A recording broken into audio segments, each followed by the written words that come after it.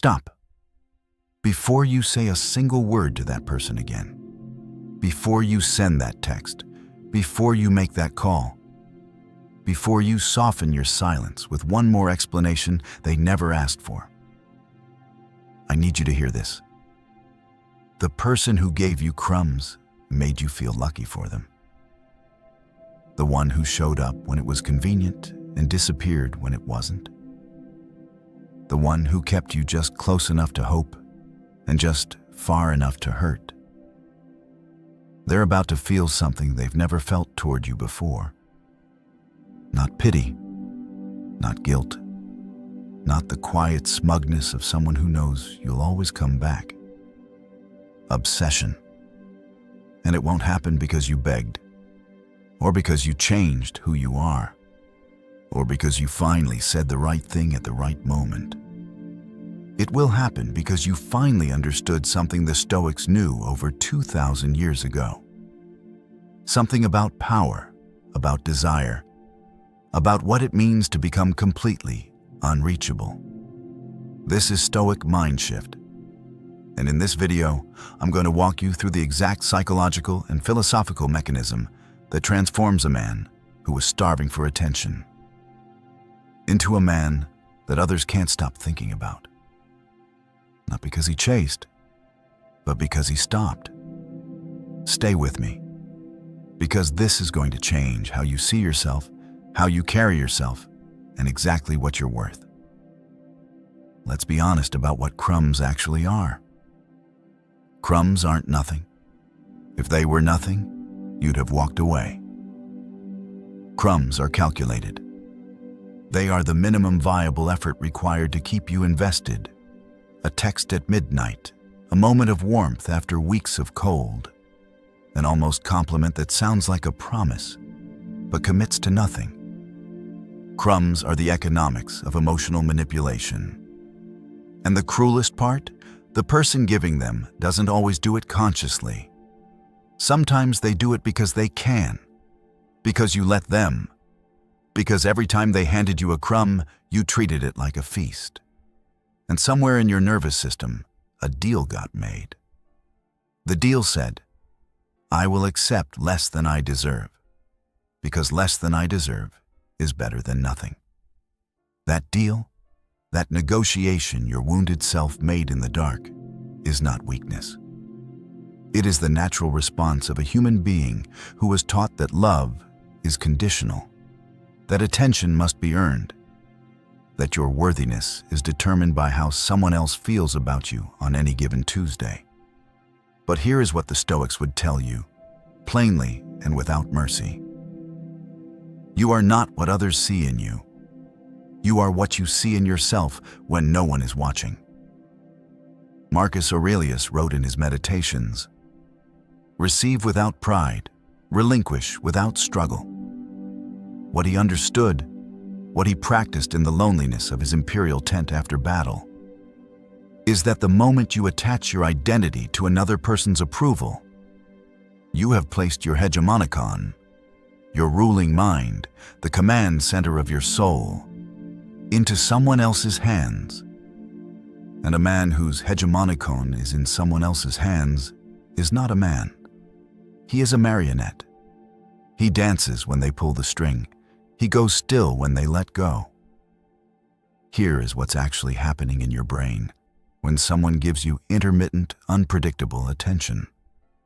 In the 1950s, B.F. Skinner conducted what became one of the most famous experiments in behavioral psychology. He placed rats in boxes with levers. Some levers delivered food every time they were pressed, a fixed reward. Others delivered food at random, unpredictable intervals, a variable reward. The rats obsessed over the variable levers. They pressed them compulsively, desperately, long after logic would have told them to stop. Sound familiar? Your dopamine system, the same neurological architecture that drives addiction, gambling, and compulsive phone checking, cannot distinguish between a slot machine and a person who texts you back, sometimes. The unpredictability is not a flaw in the connection. To your brain, the unpredictability is the connection. The chase is the reward. The hope is the drug. You were never addicted to the person. You were addicted to the possibility of them. And here is the devastating truth that follows from that. The moment you became predictable, the moment you were always available, always understanding, always there, you removed the variable. You became the fixed lever. And nobody presses the fixed lever with urgency. Nobody loses sleep over what the fixed lever is doing at 2 a.m. You made yourself a certainty. And certainty is the death of desire. Epictetus understood this. A man who had been a literal slave, who had his leg broken by his master and simply observed, "You will break it," as the pressure increased.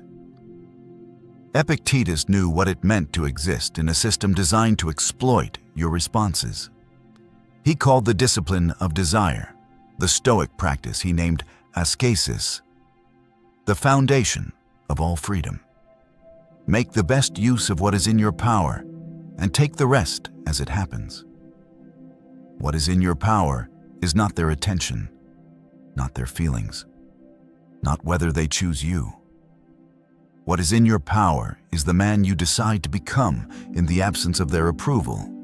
And when you begin to understand that, truly understand it, not as a mantra but as an operating system, something begins to shift. I want to give you a framework I call the 3 chambers. It comes directly from the architecture of Stoic practice, from Marcus, Epictetus, and Seneca. But I've built it to answer a specific question. How does a man who has been living on crumbs become a man that others cannot stop thinking about? The answer moves through 3 chambers, 3 interior rooms that you must enter, one by one, and transform completely. Chamber 1, the chamber of prohairesis, the reclamation of will, prohairesis. It is the Greek term Epictetus placed at the absolute center of Stoic philosophy. It means the faculty of choice, your capacity to decide. The part of you that no external force, no person, no circumstance, no history can touch without your permission. When you have been living on crumbs, your prohairesis has been compromised. Not because someone took it from you, but because you outsourced it. You handed the lease of your inner life to someone who never signed it and never intended to pay rent. The first work, the first real work, is retrieval. You must go into the chamber of your own will and repossess it. This means a radical, uncomfortable, honest audit of your decisions over the past weeks or months. Not to punish yourself. The Stoics were explicitly against excessive self-reproach, because self-reproach is still a form of self-obsession. But to see clearly. To trace the exact moments where you acted from fear of loss rather than from the clarity of your own values. Every time you texted first out of anxiety, not love, that was outsourced prohairesis. Every time you shrunk your opinion to avoid conflict, outsourced. Every time you accepted a crumb and called it enough, outsourced. The chamber of prohairesis asks only one question. If no one was watching and no outcome was possible, not their approval, not their return, not their affection, what would I choose? That answer, that compass, that is your prohairesis speaking. And the man you are about to become is built on that foundation, not on the shifting sands of someone else's mood. Chamber 2, the chamber of prososh, the practice of radical self-attention. The ancient Stoics had a practice they considered as essential as breath. Prososh, the practice of attention, self-watchfulness, the discipline of observing your own interior life with the same rigor a general applies to the terrain of a battlefield. Marcus Aurelius practiced prososh every morning in his journal, the document we now call meditations. He was not journaling to share. He was not performing. He was watching himself with ruthless, compassionate precision. When you have been in the orbit of someone who gave you crumbs, your attention has been almost entirely external. You have been reading them, their energy, their texts, their silences, their expressions, trying to decode what you need to do, say, or become to finally make them stay. Prososh asks you to turn the lens 180 degrees. Not, what are they feeling? But, what am I feeling, and why? Not, why aren't they choosing me? But, why have I been choosing someone who doesn't choose me back? This is not passive navel-gazing. This is aggressive inner archaeology. You are excavating the belief system that made crumbs acceptable, and you are refusing to leave until you find the original wound. Because here is what Seneca knew, writing from his exile and from his proximity to power. Recede into Ips, withdraw into yourself. He who does not know himself cannot know anything else clearly. The chamber of Prososh is where you stop being readable, not because you become cold or closed, but because you become so interior, so self-possessed, so genuinely engaged with your own becoming, that you develop a depth that others sense before they understand it. They feel it as mystery, as gravity, as something they can't quite name but can't stop thinking about. Chamber 3, the chamber of Agon, the forge of disciplined becoming. Agon, the Greek root of agony, but not suffering without purpose. Agon means contest, struggle, the sacred conflict between who you are and who you are capable of becoming. The Stoics did not pursue comfort. They pursued virtue, arete, and they understood that virtue is not a destination, but a daily forge. Every day you either sharpen the blade or let it rust. The chamber of Agon is where everything external falls away, and what remains is the question that Stoic philosophy has always placed at the center of a man's life. What kind of man am I building with the hours I've been given? This is not rhetorical. This is operational. Because here is the secret. The mechanism underneath the psychology of obsession that no self-help book will tell you directly. People become obsessed with what they cannot have. And what they cannot have is a man who is fully engaged in building himself. Not performing improvement, not updating his social media to signal transformation. Actually, in the private hours, in the disciplines of his daily life, becoming someone more formidable, more purposeful, more complete. When you are in the chamber of Agon, you wake earlier not to impress anyone, but because you respect your own potential. You read not to quote, but because the life of the mind matters to you. You train your body not as vanity, but as an expression of the respect you have for the vessel philosophy must travel in. Marcus Aurelius commanded the largest army in the world. He had absolute power over the lives of millions. And every single morning, he wrote reminders to himself to be humble, to be useful, to waste nothing, to remember that he would die. That is the chamber of Agon. Not comfort, forge. Now let's talk about what actually happens neurologically, psychologically, behaviorally when you stop being available. The first thing people notice is your absence. Not immediately. It usually takes between 3 and 7 days for the brain to register that a pattern has changed. The human nervous system is conservative. It waits. It thinks the pattern will resume. But when it doesn't, when the texts stop, when the explanations stop, when the over-availability stops, the brain of the person who took you for granted begins to run a program it has never had to run with you before. It starts asking, where is he? And that question, that small, involuntary wondering, is the first sign that the variable reward structure has inverted. You are no longer the fixed lever. You have become the unpredictable one. And the human brain, as we have established, is helplessly drawn to what is unpredictable. But here is the critical distinction, the one that separates Stoic transformation from manipulation. You are not manufacturing scarcity as a tactic. You are not playing games. You are not strategically ignoring people to trigger a psychological response. You are genuinely absent because you have genuinely moved on.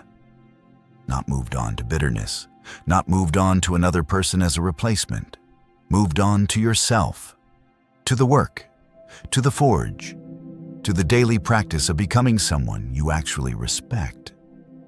And that genuine absorption, that real non-performative investment in your own becoming, is what they sense. It cannot be faked. The person who gave you crumbs has a highly calibrated radar for what is real and what is performance. They have seen your performances. They gave you crumbs because they could tell how desperate you were beneath the surface. What they have never seen from you is someone who genuinely doesn't need them to be okay. When they encounter that for the first time, when they reach out and find not desperation, but distance, not hunger, but depth, the obsession begins. Because what they are encountering is not a man who has taught himself not to care. They are encountering a man who has found something more important to care about. And that is the most attractive thing in the known universe. Seneca wrote 124 letters in his final years, not to the public, to his friend Lucilius. And in those letters, which we now call the Epistulae Morales, he explored the question of time with a ferocity that still cuts. Nosquam est qui ubique est.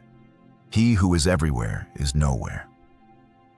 When you were chasing crumbs, you were everywhere in someone else's narrative and nowhere in your own. You were present to their moods, their schedules, their needs, their ambivalences, and almost completely absent from your own life.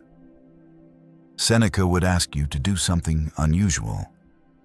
He would ask you to write a letter, not to the person who gave you crumbs, not an unsent letter of anger or grief, though grief has its place, and we do not skip it in Stoic practice, but a letter to yourself, specifically to the version of yourself you were in the worst moments of the crumb economy, in the moments where you checked your phone for the 100th time, where you rehearsed arguments in the shower, where you lay awake constructing scenarios of reconciliation.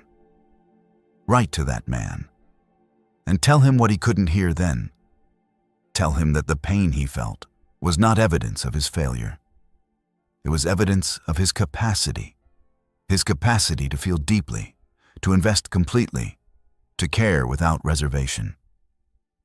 That capacity is not the wound. That capacity, properly directed, is the foundation of every great life. Tell him that the person who gave him crumbs was not a villain. They were a mirror, showing him with painful clarity what he was willing to accept about himself. And then tell him what you now know. That a man who accepts crumbs teaches the world to give him crumbs. And a man who expects a feast, not from arrogance, but from genuine self-knowledge, teaches the world to lay one. Let me give you 5 disciplines, drawn directly from Stoic practice, that build the man who becomes obsession-worthy, not through manipulation, but through genuine transformation. Discipline 1. The morning sovereignty ritual. Every great Stoic practitioner began the day with a ritual of self-possession, before the world made its claims, before the phone, before the opinions, before the noise. Marcus Aurelius rose and wrote. Epictetus sat with his thoughts. Seneca walked. The discipline is simple. Own the first hour. In that hour, you belong to no one. You read philosophy. You train your body. You sit in silence and practice prosoch, watching what arises in you.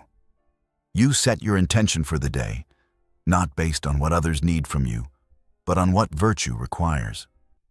A man who owns his mornings is a man who cannot be owned. Discipline 2. The premeditatio malorum inventory. Premeditatio malorum, the premeditation of adversity. The Stoics practiced this deliberately, imagining the loss of what they valued, not to become pessimistic, but to loosen the grip of dependence. Your practice. Once a week, sit with the possibility that the person who gave you crumbs never returns, that they choose someone else, that the connection ends completely. Not to torture yourself, but to rehearse your own sufficiency. To discover again and again that your life has meaning and direction regardless of their decision. The man who has rehearsed loss does not flinch at the threat of it, and a man who does not flinch cannot be controlled. Discipline 3. The embargo on explanation. One of the most consistent patterns in the crumb economy is the over-explanation, the long message, the lengthy defense of your feelings, your worth, your logic, the attempt to argue someone into valuing you. The Stoics called this a failure of dignity. Epictetus was blunt. Never try to seem more than you are to anyone. The discipline. Stop explaining yourself to people who have demonstrated they are not listening. Not with coldness, with clarity. You do not owe anyone a thesis on your worthiness. Your actions over time are your argument. Your becoming is your explanation. Silence, calibrated, purposeful, self-respecting silence, is the loudest statement a man can make.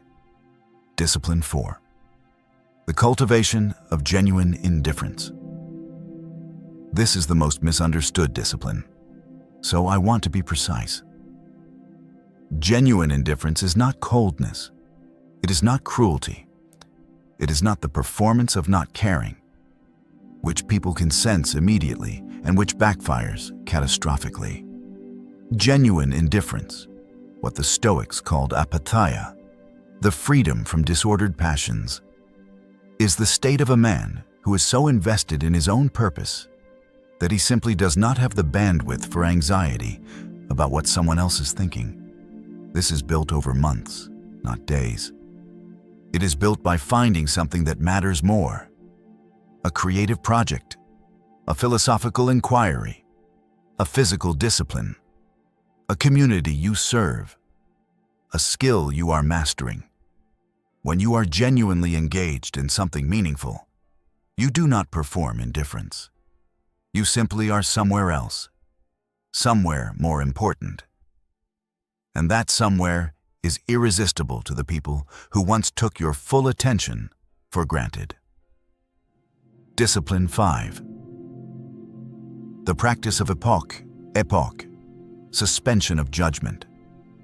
The Stoic discipline of refusing to form immediate, reactive conclusions about what things mean. When the person who gave you crumbs reaches out, and they will, your limbic system will immediately begin constructing a narrative. They miss me. This is the beginning. Maybe this time. Epoche says, wait. Do not decide what this means yet. Observe.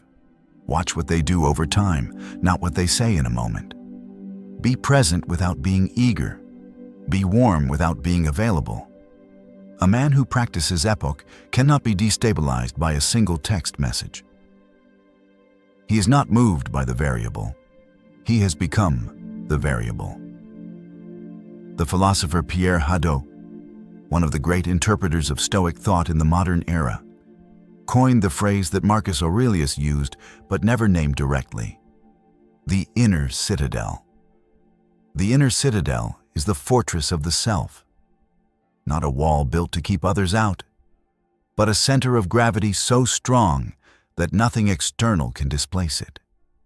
It is the place from which a Stoic operates, the place from which Marcus governed, the place from which Epictetus endured slavery, the place from which Seneca faced his own execution with, by all historical accounts, complete composure.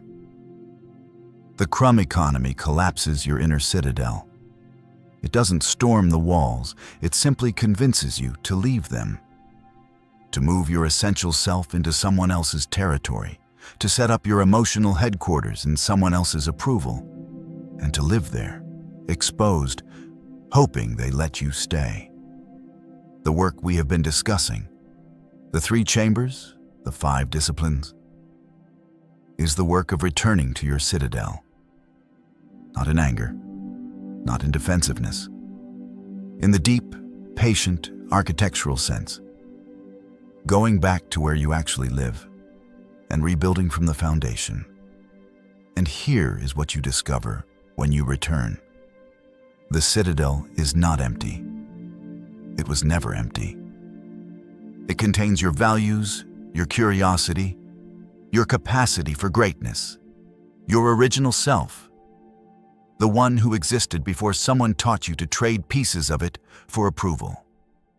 When you inhabit that space fully, when you are so at home in yourself that you are genuinely at peace alone, you become, by definition, the rarest thing in a world full of people desperate for external validation. You become a man who does not need to be chosen because he has already chosen himself. And that is the man that obsesses people. Not because of what he has, not because of what he looks like, not because of how much money is in his account or how many people follow him online.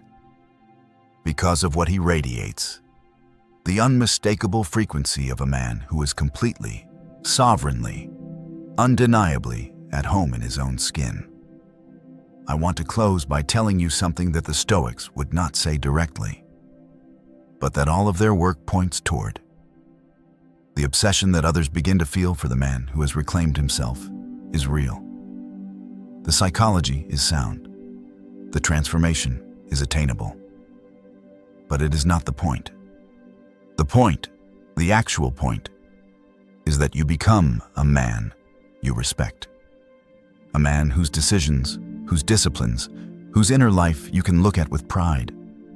A man who, when he sits alone in a quiet room at the end of a long day, feels the deep, quiet satisfaction of someone who is living in alignment with his own values. Whether the person who gave you crumbs comes back or not is, in the truest Stoic sense, a preferred indifferent.